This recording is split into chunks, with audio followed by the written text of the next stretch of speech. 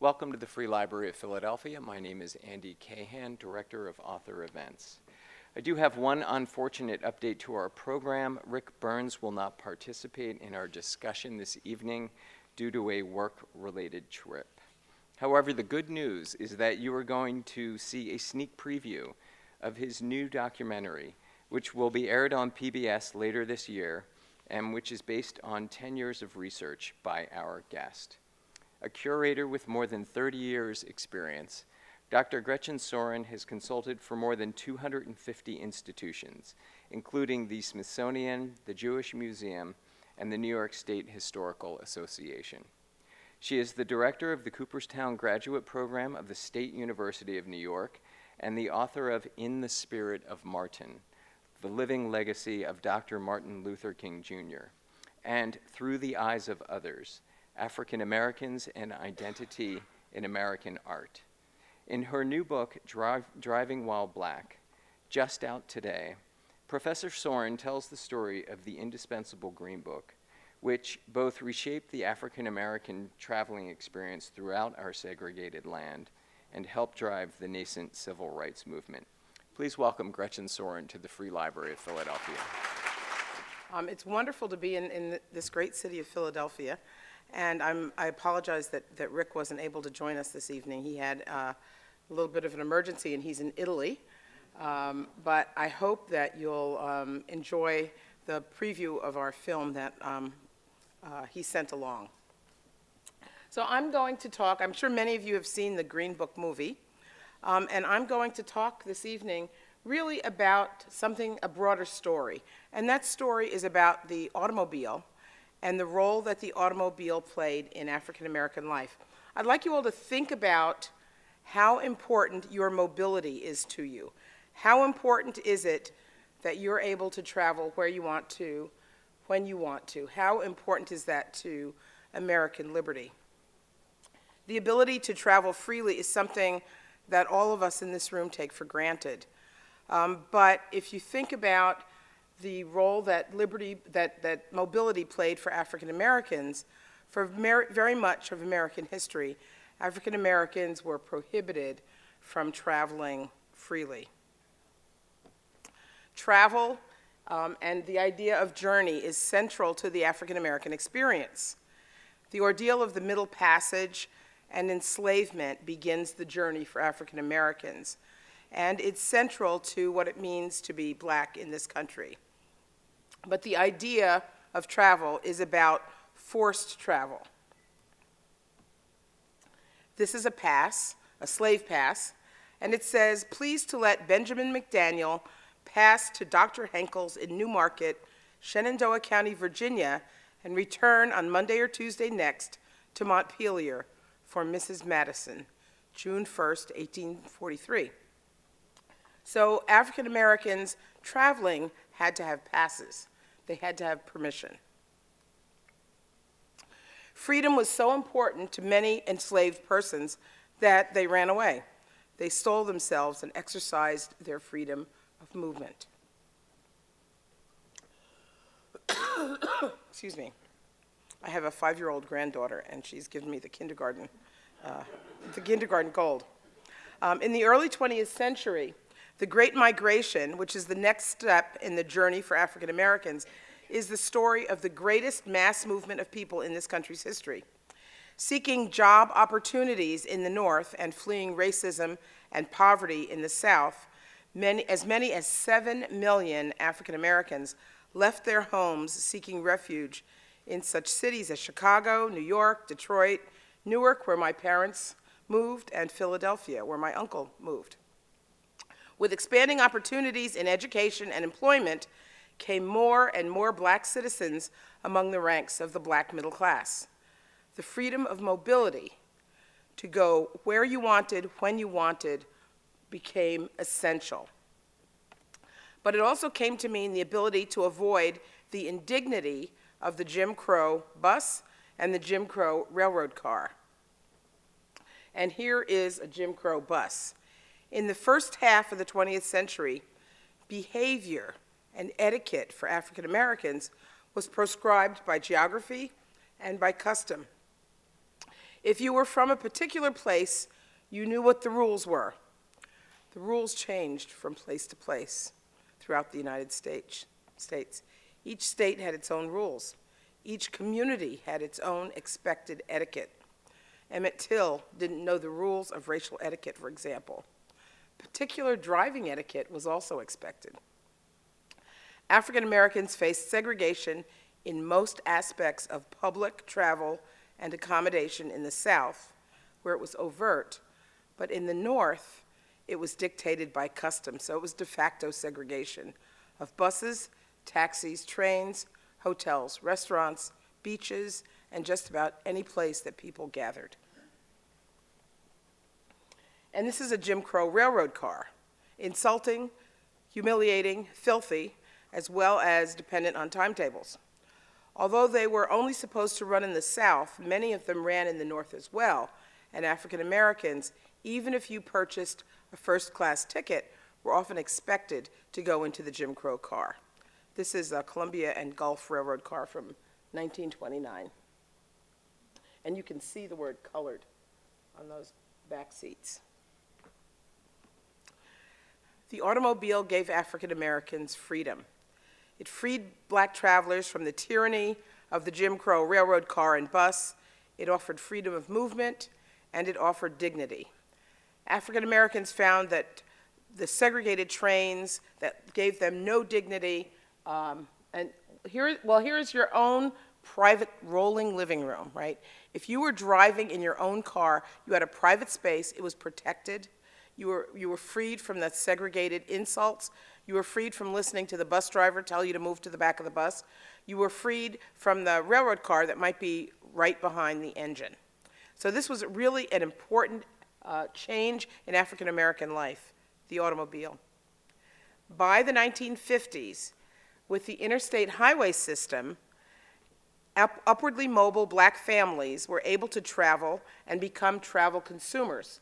And they started to consume travel just as they consumed things like refrigerators and televisions and coffee percolators. They used the dollars in their disposable income to purchase automobiles and campers and hotel rooms and restaurant meals. With their history of forced travel, it was important for the black middle class to travel for leisure. They chose to travel because they could.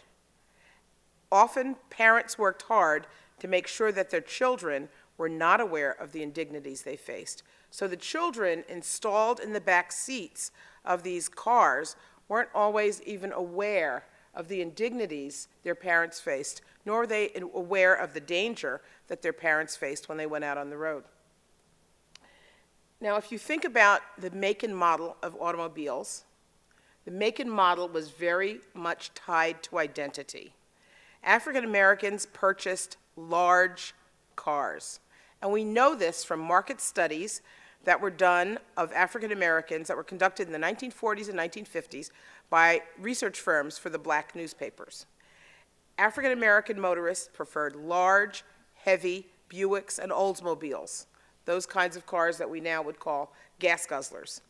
These are not small cars.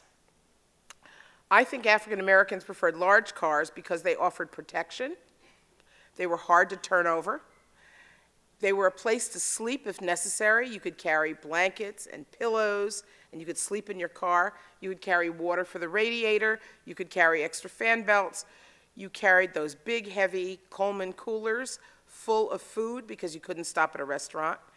Black motorists created a home away from home in their automobiles. And this is an ad for the Buick Electra, and it says, "All the Electra lacks is a fireplace." So the Electra was a heavy car, and you could sleep in it if you needed to. When civil rights worker Medgar Evers needed a car to travel through rural Mississippi, he chose an Oldsmobile Rocket 88.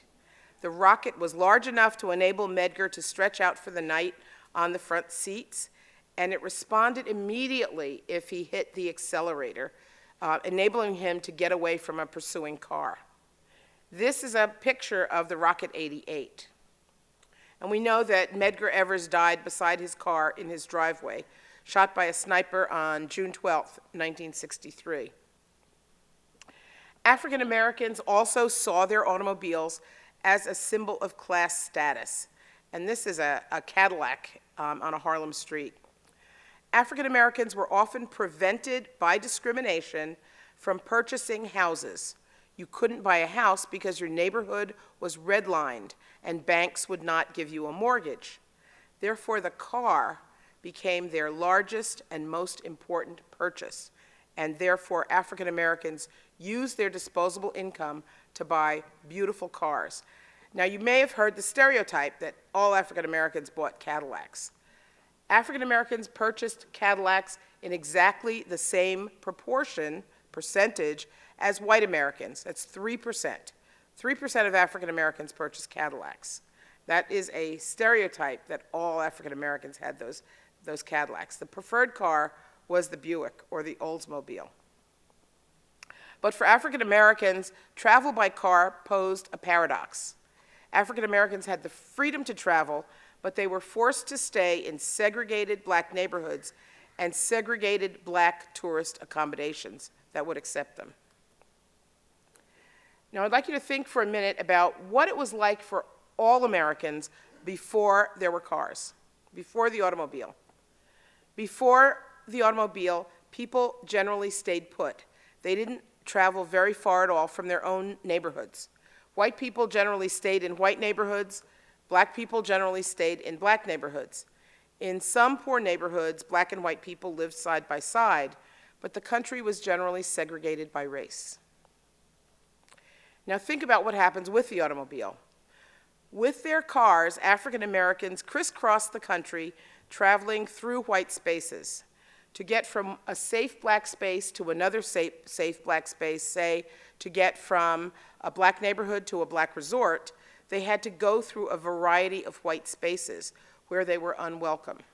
They faced signs, billboards, posters, and objects that ranged from insulting to frightening. They asserted their rights to unfettered travel by going where they wanted, when they wanted, and this could be dangerous. The landscape for African American travelers was fraught with psychologically and emotionally damaging messages. And this is just one example of those kinds of messages, a welcome to Klan country sign. This is a restaurant chain that was popular on the West Coast. It started in Salt Lake City, and diners entered the restaurant through the giant coon's mouth. And this is the banner that welcomed visitors to Greenville, Texas. Greenville, welcome, the blackest land, the whitest people. And of course, there were hundreds of sundown towns in the United States. And as African Americans traveled, they were faced with towns that actually had signs that said if you were black, you needed to be out of town before sundown. And these communities were all over the United States, many in the Midwest, many in the West, and even a few, like Darien, Connecticut, in the Northeast. There's a great story that Thurgood Marshall told. He was standing on a train platform, waiting for a train to Shreveport. And a man came up to him and said, and this is before Thurgood Marshall was Supreme Court Justice, when he was a lawyer for the NAACP. And the man says to him, "Nigger boy, what are you doing in this town?" And he says, "I'm waiting for the train to Shreveport." And the man says, "Well, nigger boy, you better be out of this town before sundown, because the sun has never set with a nigger in this town." And that's a story that Thurgood Marshall tells in his autobiography. Some African Americans faced all kinds of intimidation and even real dangers when they traveled. And this is a fair in Colorado. I have to wonder, why were they wearing these outfits on the Ferris wheel? So African Americans often depended on travel guides, like the Negro Motorist's Green Book, which was produced in New York City. Now, how many of you have heard of the Negro Motorist's Green Book? Many of you. And how many of you have heard of all the other dozens of travel guides that existed? There were many different travel guides for a variety of audiences. If you were a part of a church group or a fraternity or a sorority, there were guides that found special housing for you. There were guides for show people. There were many different guides, and in the back of black newspapers and magazines, there were travel guides as well. So the Green Book is the most long-lasting of the African American travel guides, and the reason it was so long-lasting was because of their relationship with Standard Oil, which is Exxon, or formerly Esso, gas stations. Esso was owned by Standard Oil, and they saw African Americans as a market, and they had enlightened self-interest. They thought, these people have money, and we would like to get some of it. And they had a policy of non-discrimination in their bathrooms at their gas stations. And so African Americans very often preferred Esso gasoline. And they gave away the Green Book. And that helped Victor Green to make his Green Book successful. The idea for the Green Book was based on Jewish travel guides. Victor Green writes in the very first issue of the Green Book that his Jewish brethren gave him the idea for the travel guide. So if you were a Jewish American and you were traveling, you also needed to be concerned about places to stay. Very often, if you called a hotel and said your name was Schwartz or your name was Rubin, you would find that suddenly they had no rooms available. So Jewish newspapers and there were Jewish guides that told you places that you could stay and places where you could observe the dietary laws. Green really believed that travel was fatal to prejudice. He believed if people went out across the country, it would help to defeat prejudice in this country.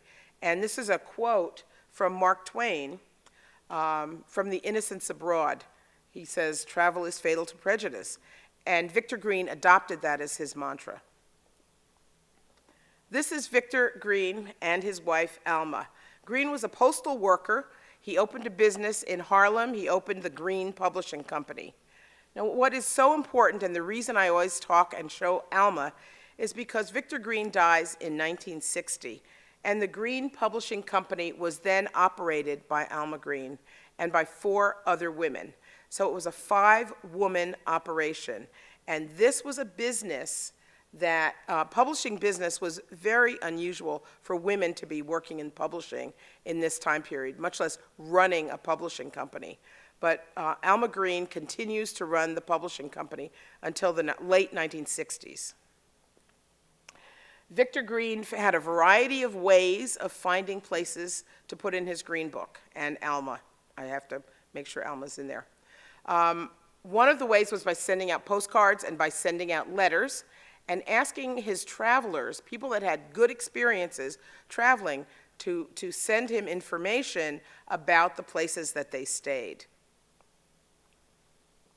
The Green Book included gas stations, and this one, of course, is an Esso station, hotels, motels, restaurants, YMCAs, but also churches, doctors, beauticians, barbers, and there was an article, at least one article in each issue.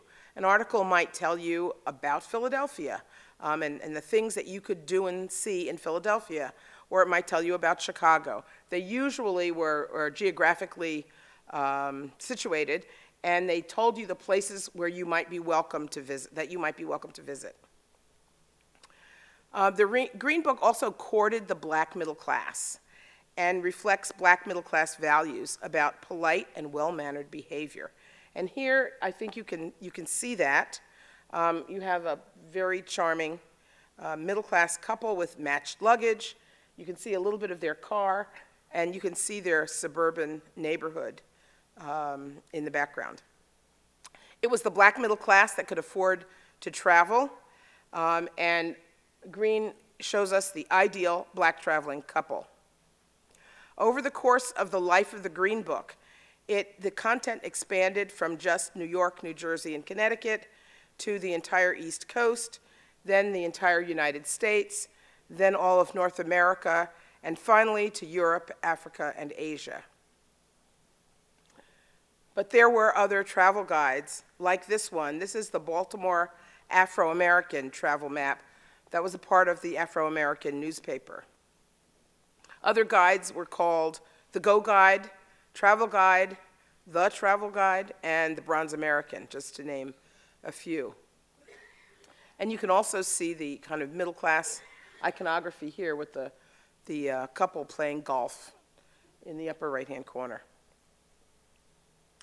Many of the places that were listed in the guides, especially the early ones, were either YMCA dorm rooms or the homes of African-American families. So you might, if you had an empty room or an extra room, women rented their rooms out and might provide a good breakfast as a way to make extra money for their families. And this is a YMCA room.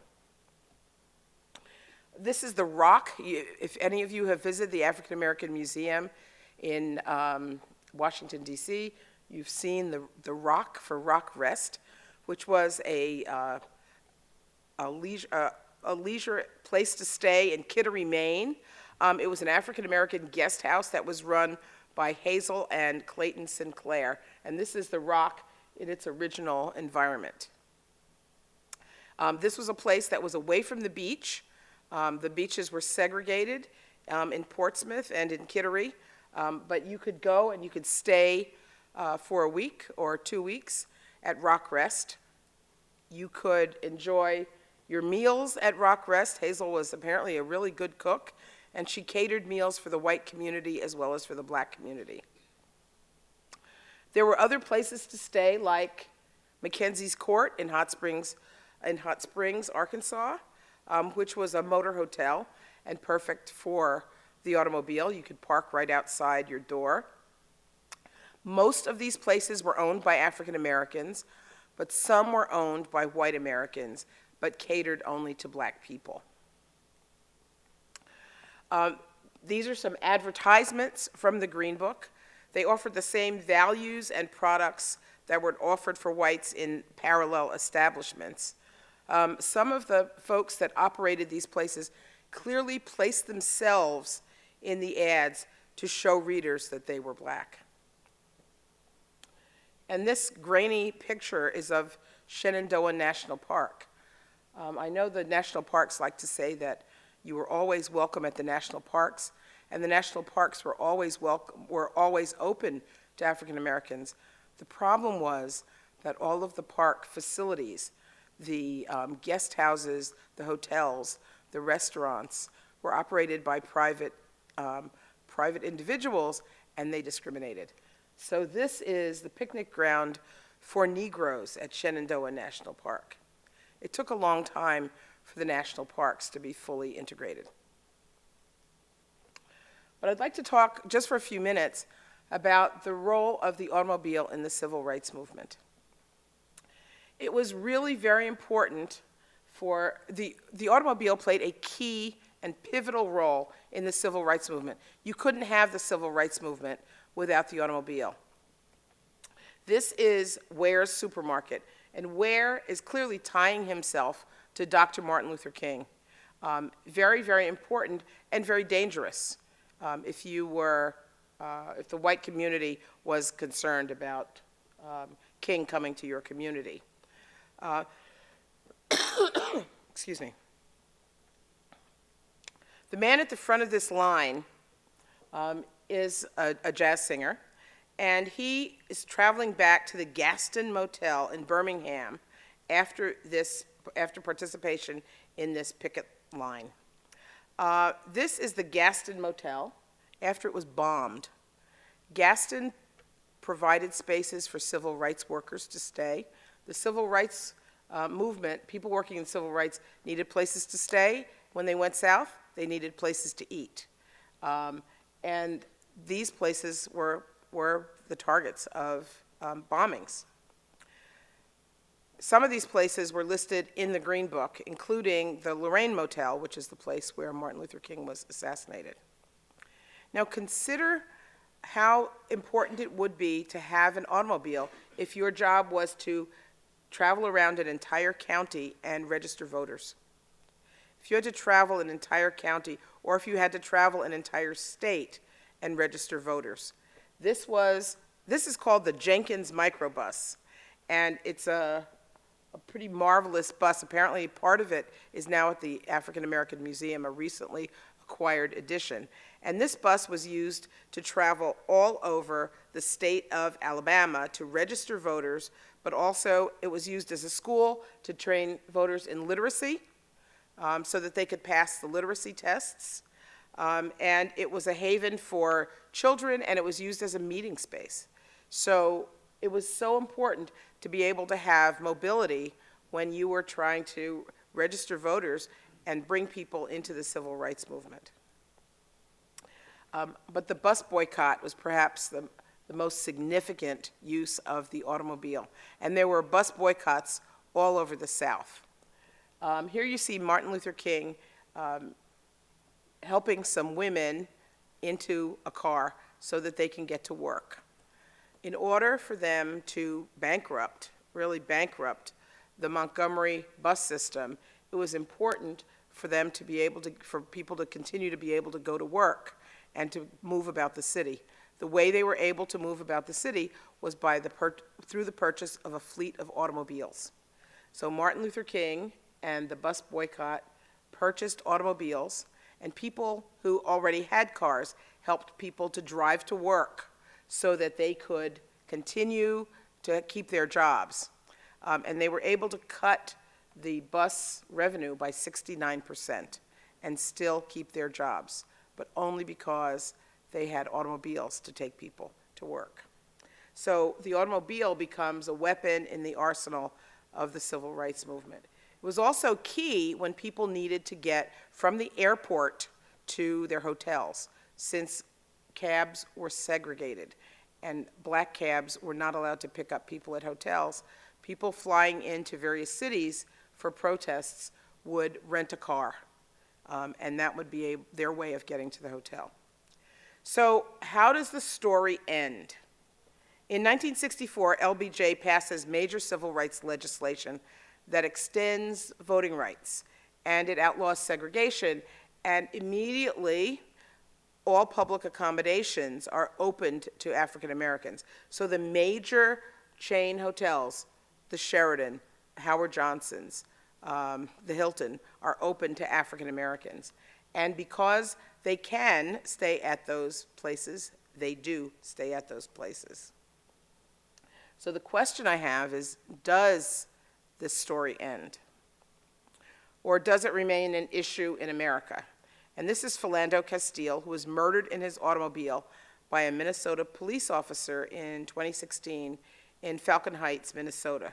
And the officer was acquitted of manslaughter because he said he was afraid of Philando Castile simply because of the color of his skin. This is a cartoon by Stuart Carlson, who is the former editorial cartoonist for the Milwaukee Journal Sentinel. And it's funny, but it's also not funny. So I guess the question is, are we still in this place? Has this story ended, or does it continue? And how do we address the problem that we have now with African Americans and the automobile? The Green Book goes out of business, and the black hotels, the irony is the black hotels gradually lose their clientele, and the large chain hotels flourish, but the black hotels go out of business.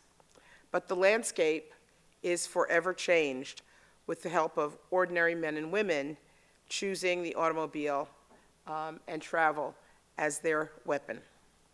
And now I would like to show you a clip from our upcoming documentary.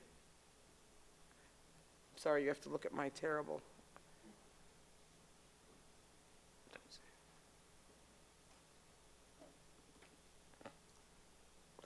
Let's see if we can.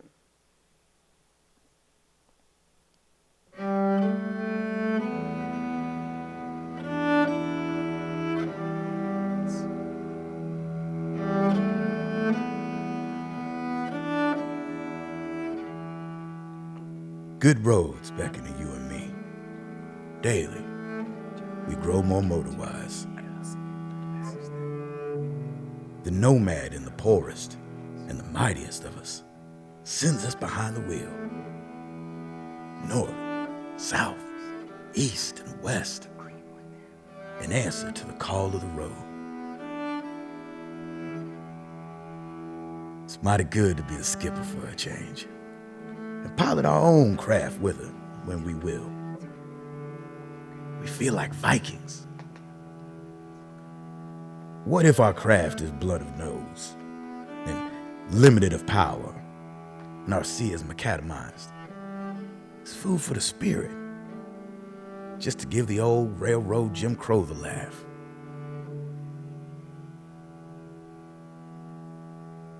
Nevertheless, there's still a small cloud that stands between us and complete motor travel freedom. On the trail, this cloud rarely troubles us in the mornings. But as the afternoon wears on, it casts a shadow of apprehension on our hearts. Where, it asks us, will you stay tonight? An innocent enough question to our Nordic friends of no consequence. But to you and me,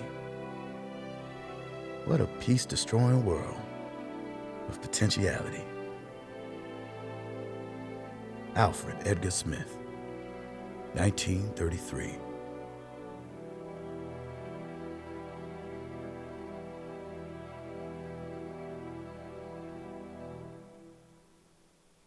I think the myth of mobility in the United States, which rests heavily upon white people's experience with cars, and the way in which we've actually commercialized and celebrated that experience with cars, turns the cross-country trip into an adventure.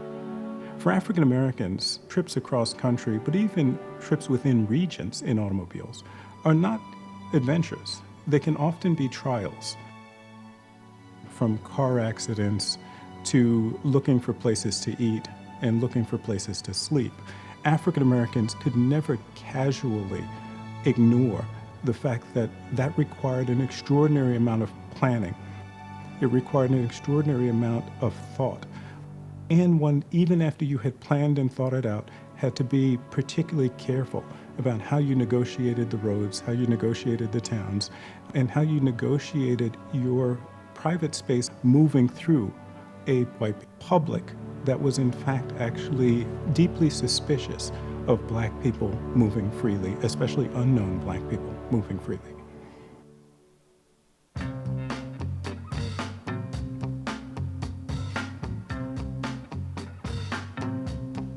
Mustang Sally.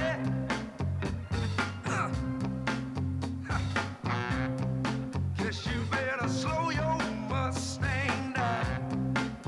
Oh Lord, what I said now. Geographically, we were completely separate into spaces that were divided by race. So black people didn't venture into white spaces. White people generally didn't venture into black spaces. But the automobile changes that. Highways intersect all of these spaces, and now people are out on the road moving between spaces, and it changes interactions, it changes etiquette, it changes the way we think about one another and the way we interact with one another. And it really starts to open up the country in ways that it had never been opened up before.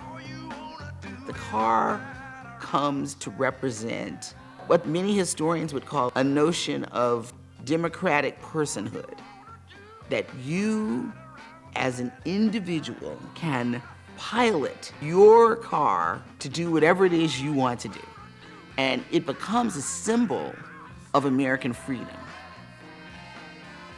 As the roadways open up, I think that you have a parallel movement occurring. See the USA in your Chevrolet. America is asking you to call. Drive your Chevrolet through the USA. America's the greatest land of all. On a highway or a road along a levee.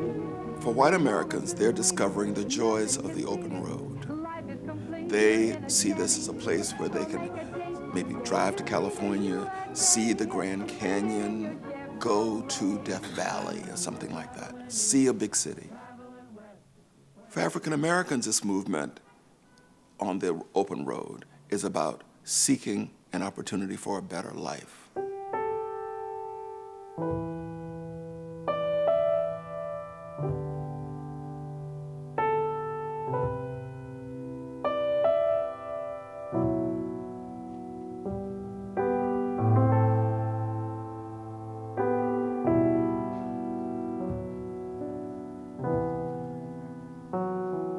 No Jim Crow in your own car. Your car was your own personal private space. So the problem with going out in a car, you're traversing white spaces now, and it could be quite dangerous. The open road, you could encounter a mob. You could make the wrong turn and end up in a community that was not very welcoming, that was not very friendly. And many, many African Americans during Jim Crow accidentally ventured into the wrong spaces. Black Americans had a very different experience from white Americans. What white Americans took for granted, that if you move your Buick or Oldsmobile or Ford onto a highway, first of all, there will be a gas station somewhere. If something happens to it, you can get it repaired. But secondly, somewhere along that road, there's a place to stay. It's hard for the rest of us to imagine what it must have been like with a car full of your family, whom you love, and the kids are crying and saying they want something to eat, and your wife is saying, we got to stop for the night. And what do you do?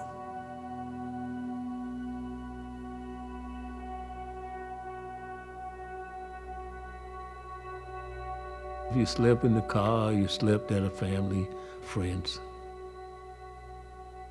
And you're always afraid sleeping in the car, somebody stay awake because you don't know what's gonna happen, you know. White folks pull up on you and do whatever they want to you, you know. And that was always the danger. You try to pull back in the woods off the highway, you know, where you might not be observed. That was the condition.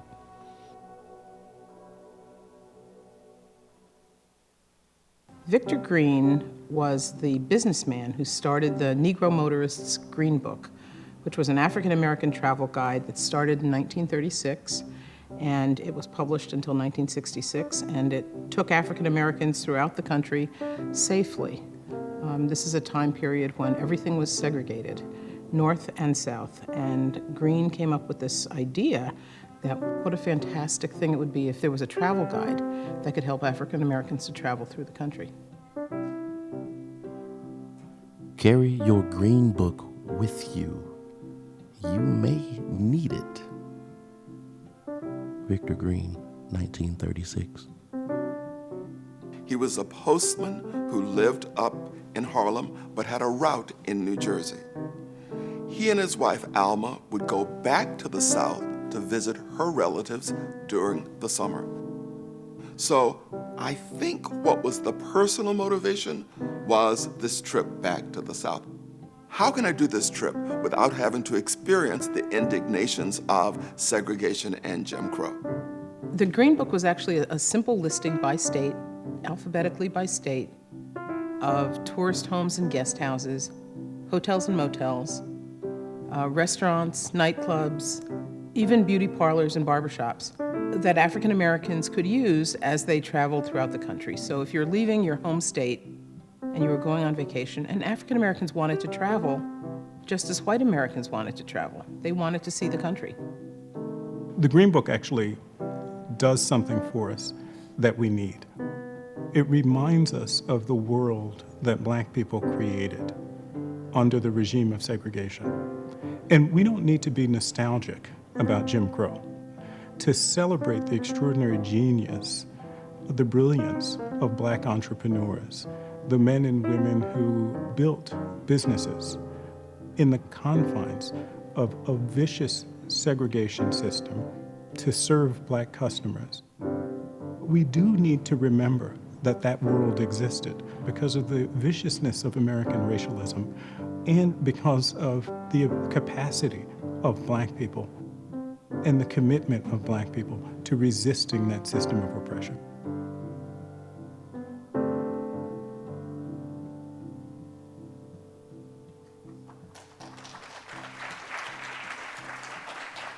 Was that little girl trying to open the car door, was that you? She looked like It was. you. It was? Yeah, it was. I thought so.